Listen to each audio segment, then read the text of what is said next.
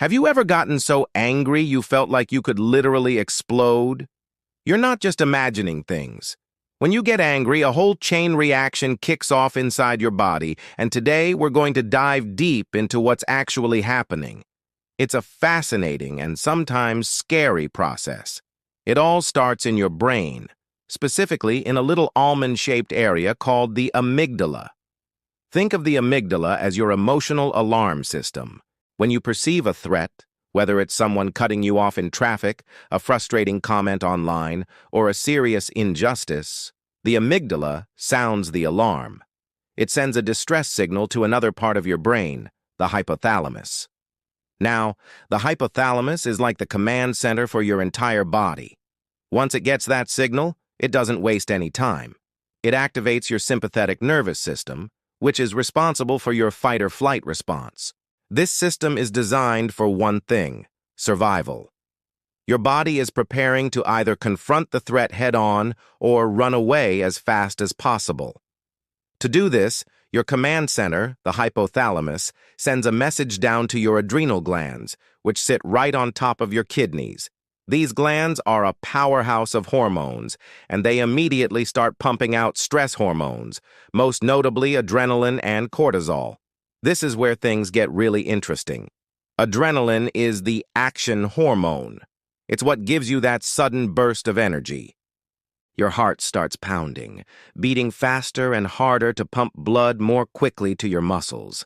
This is why you might feel your heart racing, or even hear it in your ears when you're furious.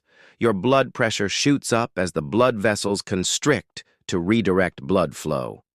Blood is pulled away from areas that aren't essential for immediate survival, like your digestive system, and sent to your large muscle groups in your arms and legs. This prepares you to fight or flee. This redirection of blood is also why you might feel butterflies or a knot in your stomach. Your digestion slows down or even stops completely. Your body is saying, "We don't have time to digest that lunch, we've got a problem to deal with."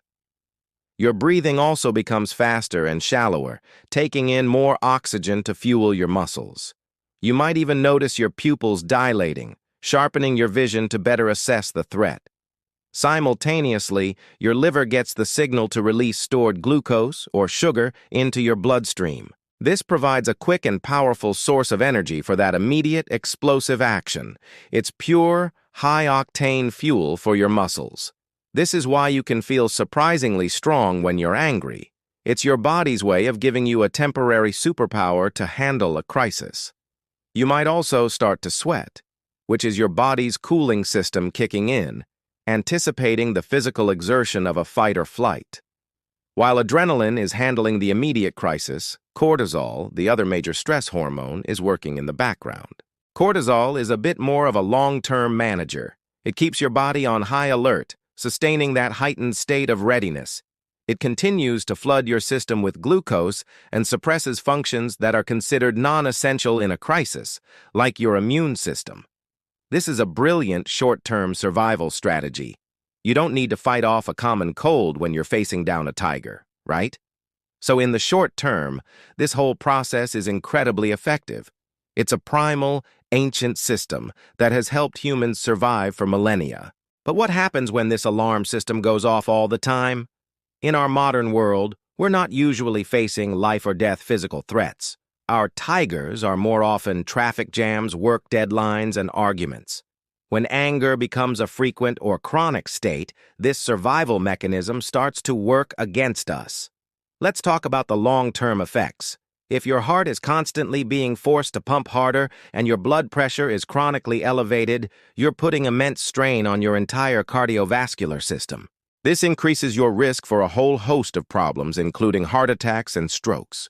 The blood vessels can become damaged over time, and the constant high pressure can weaken the heart muscle itself. Remember how digestion shuts down? If this happens frequently, it can lead to serious gastrointestinal issues. Think irritable bowel syndrome, constipation, or chronic indigestion. Your gut is very sensitive to stress, and constant anger is a major stressor. And what about that suppressed immune system? While it makes sense for a few minutes, if cortisol is constantly telling your immune system to stand down, you become more vulnerable to infections and illnesses. You might find yourself catching colds more often or taking longer to recover.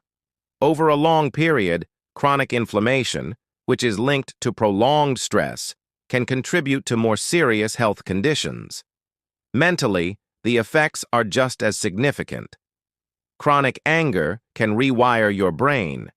Your amygdala can become overactive, making you more likely to perceive threats where there are none. You can become stuck in a cycle of anger, where it becomes your default emotional response. This can lead to anxiety, depression, and difficulty with concentration and memory. The constant flood of stress hormones can also interfere with your sleep, which then creates a vicious cycle, as lack of sleep makes you more irritable and prone to anger. Think about your breathing. When you're angry, it's quick and shallow. This pattern of breathing actually signals more stress to your brain, keeping the fight-or-flight response active. It's a feedback loop. Anger causes shallow breathing, and shallow breathing reinforces the feeling of stress and anger. So what can we do about this? Understanding what's happening in your body is the first step.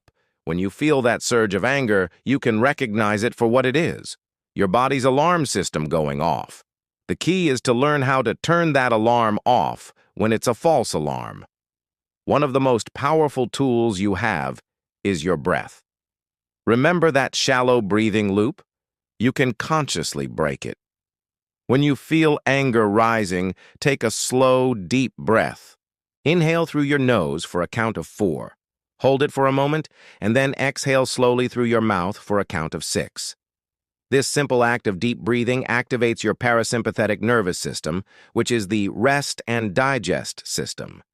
It's the opposite of fight or flight. It tells your body that the danger has passed and it's safe to calm down. Another strategy is physical activity.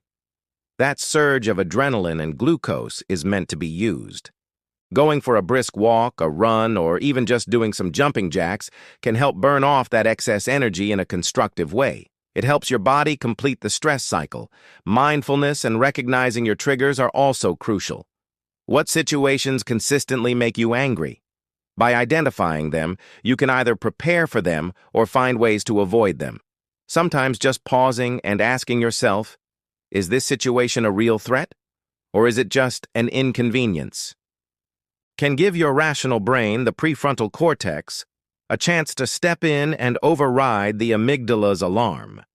It's also important to remember that anger itself isn't bad. It's a normal, healthy human emotion. It can signal that a boundary has been crossed or that something is wrong and needs to be changed. The problem isn't the feeling of anger. It's the uncontrolled chronic rage that does the damage. Learning to process it, express it constructively, and let it go is one of the best things you can do for your long-term health. So, the next time you feel your face flush and your fists clench, take a moment. Picture that alarm going off in your amygdala, the adrenaline surging, and your heart racing. Then, take a deep breath. You are the one in command, not your primal instincts. You have the power to tell your body, "Thank you for trying to protect me, but we're okay. It's time to stand down." Understanding the intricate dance of hormones and nerves inside you during a moment of anger is empowering. It transforms a scary, overwhelming feeling into a biological process you can understand and manage. Thank you so much for joining me on this deep dive into the science of anger. If you found this helpful and want to learn more about how your body and mind work, please hit that like button and subscribe to the channel. We'd love to have you as part of our community. Stay curious, stay healthy, and see you in the next video.